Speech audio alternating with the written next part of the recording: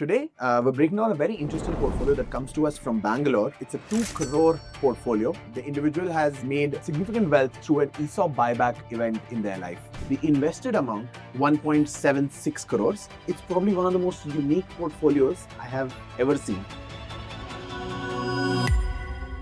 It's taken me a lot of time to go forward on this portfolio, but I'm just going to read out some numbers, and that's going to be staggering.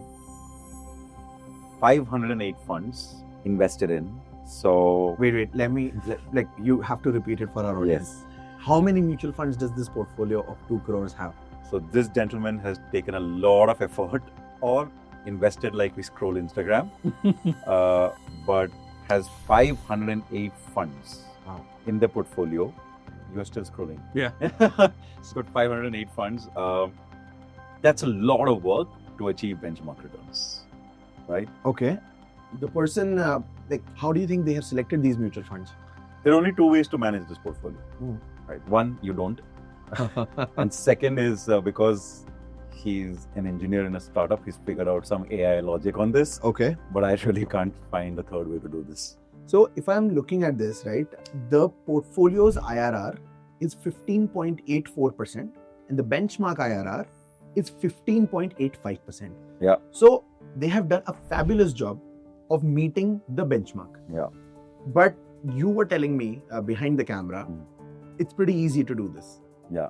Because of the 500 fund. Exactly.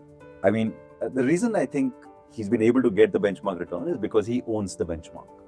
With 500 funds, you pretty much own the entire market, and Multiple times. Multiple times. You're right, multiple times. But is this the most optimal way to get benchmark returns? For sure, no. Right. We are also seeing that the person has 82% of the entire portfolio is in direct mutual funds. Yeah. And only about 18% in regular mutual funds. Yeah. So they have accumulated these 508 mutual funds through DIY investing. Yeah. Through actually figuring it out, or just tapping something and buying. Yeah. What does this say about the individual or the portfolio cost? So on the cost factor, not done that badly. Yeah. Right. Yeah. 80% of the funds in direct. Yeah. 18% in regular. So just from an optical perspective, the cost is not that bad. Understood. Having said that, why pay anything at all? Right. Right. I mean, could have just owned this using an ETF where your cost would have been 1/3 of what you are paying today. Yeah. If the objective of this individual is to own the entire market, then it is expensive. Got it. But if the objective of the individual is to have an active fund management, Right. then they have done a good job. Got it. At least from a cost perspective. Got it. Rightly so, I'm also seeing the third part, which is selection, right? 40. There's no selection. There is no selection. There's no selection here. There's one more thing that this individual could have done, right? I think this individual does an SIP in a scheme, right? So every SIP goes to a different scheme. Yeah. We normally say do the SIP in the same scheme. Yeah. But I think this person does an SIP In every in scheme. In every one scheme. one SIP goes to one scheme. Yeah. So we're seeing that 42% of the mutual fund portfolios are actually underperforming their respective benchmarks, right? Which has to be the case because you own 500 of these. Toss of the coin. Toss of the coin. Now, coming to fixing this, how does one fix this, right? No. But if this individual were to fix this portfolio, what would be your recommendation? How should one go about it? This is probably going to be the most difficult review that the individual will do for himself. This is a portfolio where in markets we say sometimes you just have to hold your nose and get it done. Yeah. Right. This is one of those actions where if he starts thinking about what he's selling, there is no way you can go from 500 to 5. Yeah. I don't even think it's a 1-year process. It's actually very interestingly, this is a 1-week process because you do not use your brakes. Right. You hold your nose. Yeah. You close your eyes. Yeah. And you exit. And you exit. Everything. I mean, not everything, but whatever. Substantially. Yeah, substantially. Right. Yeah. If you start deciding which funds to exit, then will take you a long time. Yeah. But just for this individual or for people who have so many mutual funds, what would be your advice on how to maybe there should be like one filter that they can use to trim down, if not entirety of their portfolio, at least bring it down to half, at least start something. See, the easiest thing to do is list down all the funds which are outside exit load.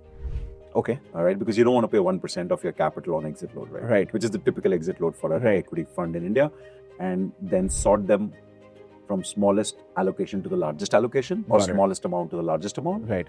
and then just go Start trimming. start trimming, right? Okay. I mean, not trimming, start selling. Right? Start selling. There is no trimming in a 500 fund Yeah, portfolio. Right? yeah. I'm sorry to say, but there's no trimming. Oh. You have to be brutal about it. Yeah. And frankly, if one might argue that, so what if I have 500 funds, I own the market, this will get unwieldy. Because I can tell you one thing, the way this person's psychological setup is, if we look at this after a year, this 500 will not be 500, it will be 1000. That's like point of no return. And no return. Yeah. Absolutely. I have to ask the question, can this portfolio get to 100 crores? It can. If they do all the things that we've spoken. Yeah, I mean, it can reach 100 crores. My only worry is that every time a portfolio review happens, it will eat up a lot more bandwidth than the 100 crores could justify. But on a serious note, 28 years is what I think it will take to reach 100 crores. 28 years. Yeah. Okay. But the magic again is if this person does a simple 2 lakh rupee monthly SIP, Okay. that 28 can come down to 23. 5 years. So at the age of 53, this person could have 100 crores. Yeah. He's about 30 right now. Yeah. So all is not lost. No, nothing is lost. Nothing is lost. This person doesn't lose anything. Yeah. So I think the person's done a fabulous job with investing the ESOP liquidity into the markets. Yeah. I think it's just the approach he's taken is slightly controversial, I would say. I just feel for him, right? I really feel for this person and the amount of work he's putting in. Yeah. But given that this is DIY and the amount of time that person would have taken to select these 500 odd funds, significant bandwidth would have gone in that. Yeah. Wow. So great. 23 years from today, this person can be worth 100 crores. Yeah. Fantastic. This was one of the most bizarre portfolios I've seen. Thank you, Sushmit, for breaking this down for us. And see you for the next portfolio breakdown. If you would like to get a detailed breakdown of your own portfolio, you can scan the QR on the screen and download the Dezerv app.